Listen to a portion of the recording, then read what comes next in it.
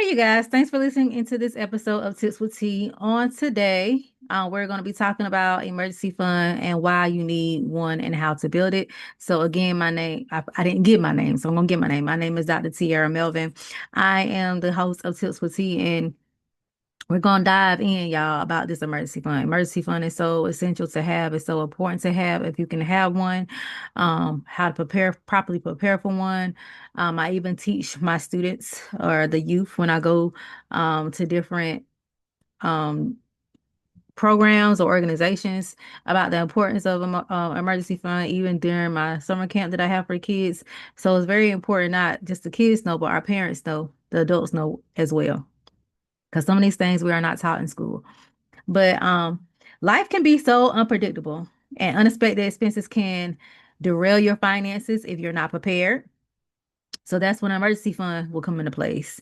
So in this episode, we'll discuss on how an emergency fund is critical and how you can save and make simple strategies to build and maintain it no matter your income level. Okay. So we're going to talk about a couple of key points. But first, I got to explain, of course, what is a emergency fund? What is an emergency fund? So, emergency fund is a saving account specifically set aside for unexpected expenses, so medical bills, car repairs, job loss, etc. It acts as a financial safety net so you don't have to rely on credit cards or loans. Okay. And then it helps you stay in control during financial emergencies without increasing debt. That's why an emergency fund, what it is, um, and that's one of the reasons why it's important.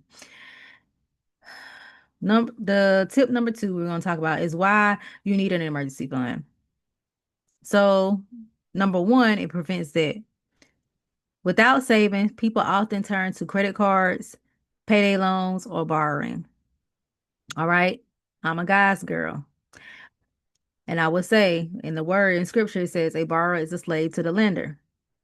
We don't want to do that. So we can prevent that. We need to prevent it. It helps to reduce stress. Knowing that you have a safety net provides peace of mind. Another um, reason why you need it is because it gives you financial freedom. It allows you to handle crisis without disrupting your financial goals. It helps with job loss. A financial cushion can cover unexpected expenses until you find new work or create your own business or another side hustle. Okay. I get this question a lot. How much should you save? How much should you put in your emergency fund? So we're going to talk about it. So for a start emergency fund, it should be anywhere between $500 to $1,000 for small emergencies. An ideal emergency fund, I tell my clients they need to have 3 to 6 months of living expenses for job loss or major emergencies. And then later on, consider having 6 months to 12 months to have if you have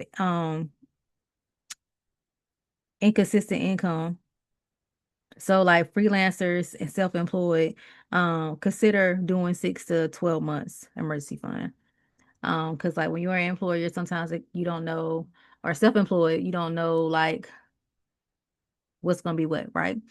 With me, I kind of know when my peak season are and when my off peak season are. So during my peak seasons, I try to save and stash money away. So during my off peak season, I can, use that money towards living expenses if need be. Okay. Um, so keep that in mind. So how to calculate your emergency fund target? You want to first add up necessary monthly expenses, so like your rent, mortgage, food, utilities, insurance, and debt payments. Multiply multiply 3 to 6 months to determine your savings goal, and then that's how you go from there.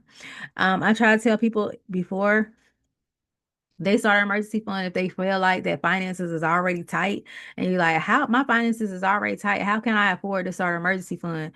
You go through your expenses and you see where you can cut back on your expenses first before you start this emergency fund. Okay. Where to keep your emergency fund? A lot of people, I tell them to keep their emergency fund in the size of a savings account, but then there's our high yield savings accounts where you can earn interest while you're keeping money accessible. So that's definitely two an option to make sure that even though you're putting money aside in a savings account, but make sure it's like a high yield savings account or an account that's accruing interest. That way you can make sure that you are pretty much being able to um not only save but make your money work for you. Make your money work for you. I would say that. Another account is a money market account, similar to a high yield savings account with a slightly higher interest rate. Avoid investing your emergency fund in stocks and mutual funds, um, which fluctuate and may not be available when you need it. A lot of people, I try to tell people during this, like with your that emergency fund is for your emergency fund. You don't want to invest that type of stuff into the stock market, and then when you need it, you can't touch it, or invest inside of an account to where it's like a CD account or whatever, and with different CDs accounts, you can't touch it for a certain amount of time, and then you're penalized if you go inside the account. You don't want to put your emergency fund in those types of accounts. Okay, do a savings account and put it there and don't touch it. I don't care if you have to get a savings account at a totally different bank, to where you don't touch that money, or you can just forget about that money. Do it, okay? How to build your emergency fund even with a tight budget, a small start, and be consistent. So aim for like 10, 20, or $50 per paycheck. Small amount adds up. If you are getting direct deposit from people, or for consistent employer, put some of your check, go set a portion of your check to already get deposit inside of that emergency savings account. That way you don't miss it. Okay, keep that in mind. Um, automate transfers to dedicated savings account. You can do that if you're not going to get a direct deposit, so you won't miss it. You can go ahead. You can put automatic transfers, set up automatic transfers to your bank so it can go to that account, so that way you won't miss it either. You want to cut unnecessary expenses. Again, like I told people, when they be asking me, how can I get a savings account when I'm already feel like I'm tight? Well, you need to reduce your expenses. So reduce subscription services you don't use, eat out less frequently, and put the money in the savings. Put the money into your savings fund. Switch to a cheaper phone or internet plan. There's different things y'all guys you can do to cut costs, and if you can do those things to cut costs, cut costs. With me, I don't pay for really none of my streaming services. I think the only thing I pay for is Amazon Prime, and that's because I use that for business purposes to buy my supplies and stuff like that. Everything else, all my streaming services, I try to use free because um those type of things, they add up. They add up, and then I decide to use streaming services besides free streaming services besides paid ones and cable because I work a lot. I'm constantly working on things. So some days I watch TV, some days I don't, and I don't want to be paying for some things that I'm not consistently using. That's just a waste of money. Um, Use unexpected money wisely. So if you get a tax refund or work bonuses or side hustle income boosts or savings increase quickly, um, use that money wisely. Even if you come into a settlement, use that money wisely. If you come into a settlement or something like that, and you have debt or you're trying to pay some things down, use that money to pay down debt. Use that money to pay up bills so you could be okay, so you could be comfortable. For a while, and then put some money in savings. Okay, so use it wisely. Sell unused items. So you need to declutter and sell items online like Facebook Marketplace, ebook, Poshmark. I use Poshmark several times. I need to go through my closet again and get rid of some stuff. But do that. Declutter some items out your house. Resell some items out your house that you're not using. Take a temporary side hustle. Freelancing, tutoring, delivering service can provide extra income for savings. Um, I would say this. Um, if you want to DoorDash and to get extra money, DoorDash. If you want to do Walmart pickup or Walmart delivery, do that. If you want to do Uber, Lyft, do that. To help you get some money so you can put towards your savings. I have seen where people do that. If you want to be social media influencer and get paid doing influencing, and save that money, do that. I have seen people use social media or have seen people use Uber and Lyft and things of that nature to get extra income and pay off debt, pay off bills. Okay? That's completely fine. Reward yourself for your progress. So set a milestone. So say for instance, once you've hit your first $500 you save, celebrate in a budget friendly way. Celebrate it. Okay. Um, when to use your emergency fund. We're gonna talk about it. Emergency fund is not to be dipped and dabbed in for certain things. So we're gonna talk about when to use it and when not to use it. So we can have some type of discipline. So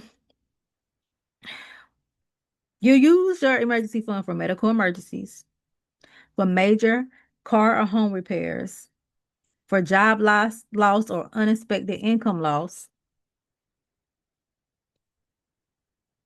and for essential unexpected expenses that may occur.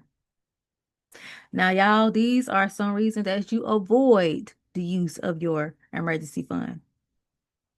I mentioned a few, but we're going to talk about it. We don't use our emergency fund for vacation. If you want to go on a vacation, set a separate account up for your vacation fund.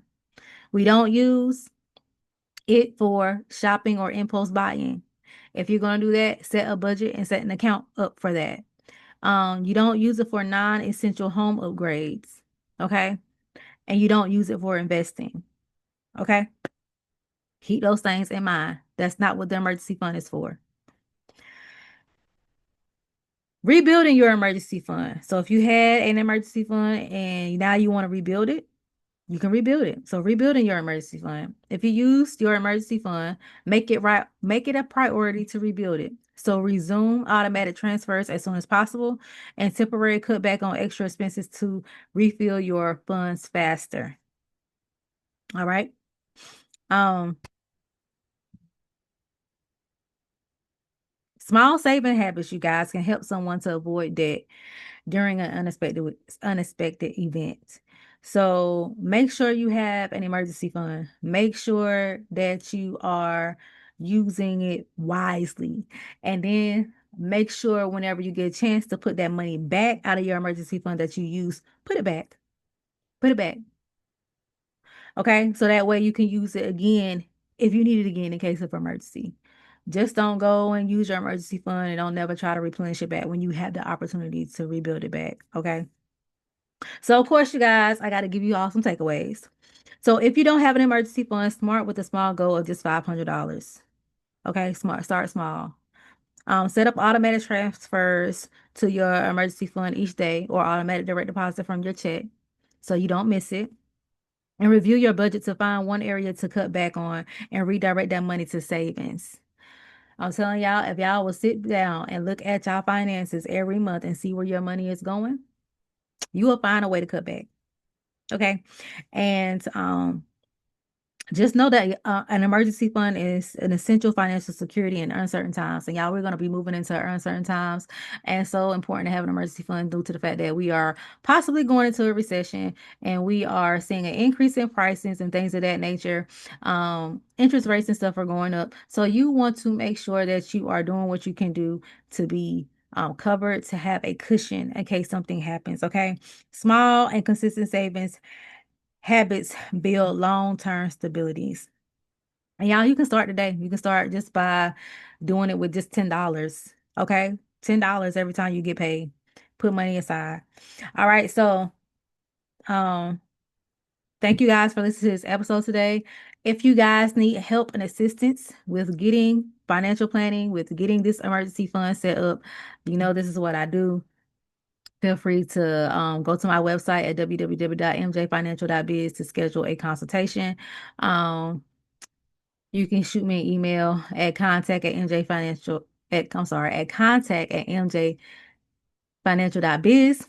You can send me an email or you can text me or call me at 910 317-0396. If I don't answer you guys, because I'll be having a very busy, hectic schedule some days, shoot me a text and I'll respond. Again, that number is 910-317-0396. I would love to help you guys to get that financial stability, to get that financial freedom, to build this emergency fund. Because emergency fund, y'all, is very essential. We cannot determine the uncertainties and the things that are going to occur when it comes to job loss and different things. Some things are out of our control, but we can prepare for those things that are out of our control. We can prepare and have some type of stability, some type of cushion by being good stewards of our money and by preparing for rainy days, okay? Just in case a rainy day come. So, again, y'all have my information. I will try to leave links in the show notes so you guys can book a consultation with me if you have any questions. I look forward to helping you all. Thank you guys so much for listening to this episode of Tips with T, and I will see you on the next episode. And make sure you share this episode with someone. And I look forward to helping you guys in the future, and we will talk to you